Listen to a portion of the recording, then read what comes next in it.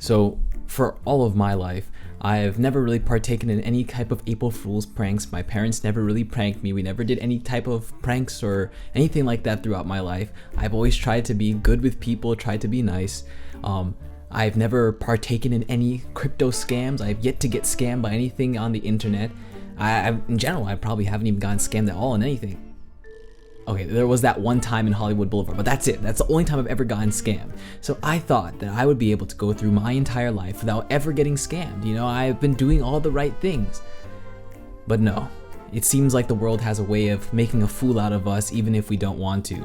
And so I have been made the biggest fool, and that's by going to school to study engineering. You see, when I was growing up, the first thing I ever wanted to be, whenever people ask me, what do you want to be when you grow up? And that was, I wanted to be an author. I read so many books growing up. I was loving TV shows, and as I've gotten older, I even love TV shows more. I was watching cartoons. My parents would often ask me after I read a book, what did you learn from it? Or after I watched a TV show or movie, we would have long discussions with my parents about what the book was about and the morals I learned and the stories that I learned from those books. So I wanted to be an author. But then as I got older, I started realizing that you need to make money in order to survive. So I started looking into how much an author who is not successful makes, and that kind of scared me. So I decided, you know what? The author thing, sort of out the picture. But since I was pretty good with science and technology and stuff like that, I wanted to go into something in that field. And I thought, oh, well, if I can't save lives through the characters in my book, maybe I could save lives doing the things I do. So I decided that I was going to become a doctor.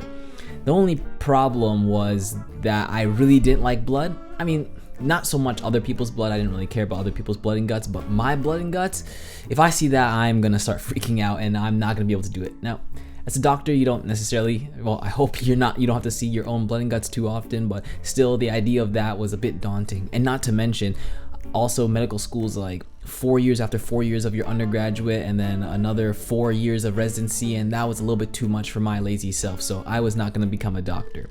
So when people would ask me, what do you want to be when you grow up? I would just switch between, maybe an author, maybe not a doctor. But at the time I was growing up, the world was changing rapidly. We went from those huge cathode ray tube TVs that they would wheel into the classroom into smaller flat screen ones. The computers at school went from thick ones into thinner displayed ones. We started getting more laptops, and we started getting things like tablets and stuff like that. And one of the most influential things for me was the bringing up of the iPhone. My parents had flip phones before, and suddenly they got the iPhone, and I was so amazed. It was like a box of magic in their hands, and I was completely and totally fascinated by this. And at that moment, I thought to myself, what better thing than to become a magician and make magic myself? I could really change people's lives by participating in these things that are changing my life right now. So I asked my parents, what do I have to do in order to make magic like that? They told me, you have to go to school for engineering. So I thought to myself, okay, this is fantastic. I'm going to go to school for engineering. The problem is I made one big fatal mistake. I conflated the love of technology for the love of engineering. But let me tell you something, just because you love food doesn't mean that you should become a chef.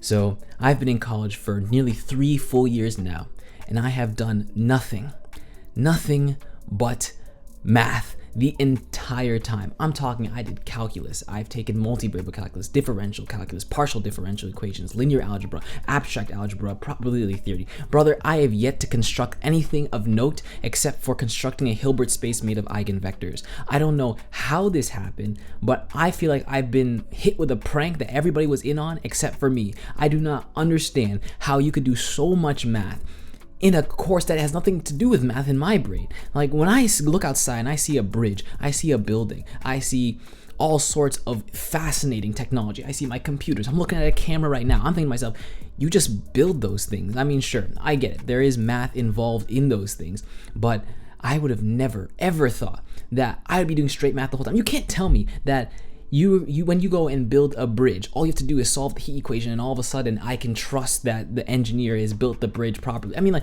come on now. If you guys asked me to go build a building right now using all the math that I have ever learned and all the physics that I've ever done, don't walk into my building, it's going to fall apart. I feel like there's such a practical part of engineering that I completely am missing out on because I'm over here studying how to do mathematics, and it just always seems completely and totally strange to me. I mean, I'm over here rethinking my entire career choices simply because I am doing straight math the entire time. And I don't know, it seems to me that what I thought was a fantastical job, a job where you're creating magic, seems to me that it's just like any other job. Now, I think oftentimes we make these rankings in our brains, like which jobs are of higher worth than others. We would say like a doctor or an engineer or a lawyer are like the top of the food chain, and then there's ones lower, like you would say working at a fast food restaurant would be something that's undesirable. But to be honest, I would argue that the amount of effort required for all of those jobs are practically the same. Now sure, you have to learn some more advanced stuff to do engineering or to become a doctor or to be a lawyer, but if I'm going to work at a fast food restaurant and I'm flipping burgers every day, which may seem like a menial task, it requires a certain amount of things that you have to learn, and then you do it and it becomes automatic, it becomes simple, and it becomes annoying, it becomes boring because you're just doing the same thing every single day. But I'd say that engineering is no different. Sure, there may be more math involved and more computer models involved, but eventually you get so good at doing the same things over and over and over again that it becomes like second nature. You're not thinking about how to do a differential equation anymore because you just do that. You're not thinking about how to type these things into a computer to make models that are allowing you to solve for questions and to build new technology. These things just become second nature. Like even innovation itself, the idea of innovating and creating something new becomes a routine, a method. You think of something, it's not even just coming up with ideas, just thinking of ideas becomes a routine idea. The process in which you work to achieve new and accomplish new accomplishments is done by the same process that you do over and over and over again. If you're working at a company, you hear from your boss and he tells you from the headquarters what you're supposed to do, and you just do your routine tasks, and it just seems like the same thing. Like you can't tell me that a doctor who's been training for 12 years, a surgeon for that, who's been training for 12 years and does an appendectomy 100 different times, you can't tell me in the 101st time that it's going to be something innovative or new, unless something goes terribly wrong. For the most part, it's just a routine that you do, something that you could do while you're asleep. It's just a thing that you do every day, and it doesn't seem like it's anything that is as fantastical as I thought it would be. I thought engineering would be that end-all be-all job that would shake me forever, that I would continuously be creative and inventing new things, but I'm realizing now that a job is a job and work is work, and there's no way of escaping that, and it's a little bit disappointing. It feels like a massive letdown, because if I had known this, I'd probably have just gone to film school or studied creative writing somewhere else, and I could have been doing the same inventive process that I would be doing in engineering, but instead of the language being my words, my language would be, since my language now is in math, my language would then be in words, which maybe I prefer. Who knows? But I'm already going down this path, so I might as well complete it. But I guess this brings up the idea for me that not just engineering, but working in general just seems so strange to me.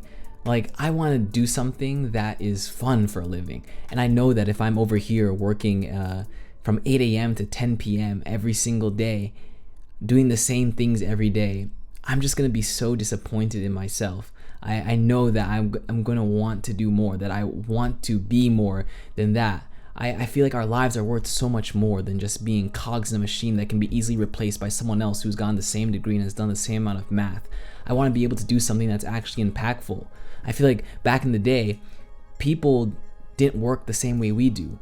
Right now, our lives are measured by dollars per hour, how much we're worth per hour. Back in the day, people measured time in sunrise to sunset, and any time that they weren't working, they might sleep under a sycamore tree when they get tired and to talk when they get bored. People were less stressed about work back in the day. Sure, there were other things to worry about, obviously, but work wasn't as demanding because it's just something that you did. You do it out of necessity. You just get up, you do your work, you stop when you need to, you talk when you need to, and that was it. But now that our lives are measured in dollar per hour and time is a resource that can be sold off, it becomes harder to just live our lives without working, because when you want to take a nap or talk to a friend, there's someone else out there who wants to be worth more, who's willing to do that work when you're not. And that means that your life is going to be worth less because you're not willing to put in the work that other people are willing to put in. And so you have to work all the time, and you have to keep on working. And to just do this every day seems so draining to me. I feel like now, instead of my life being measured in the things that I want to do, the small things that I do with my life, is now measured in the amount of accomplishments I can make in my job and how valuable I am to my employer. And if I'm not valuable enough, I can't eat, I can't sleep, I can't meet new people, because I require the sustenance that is given to me by the money that measures my life worth and my time.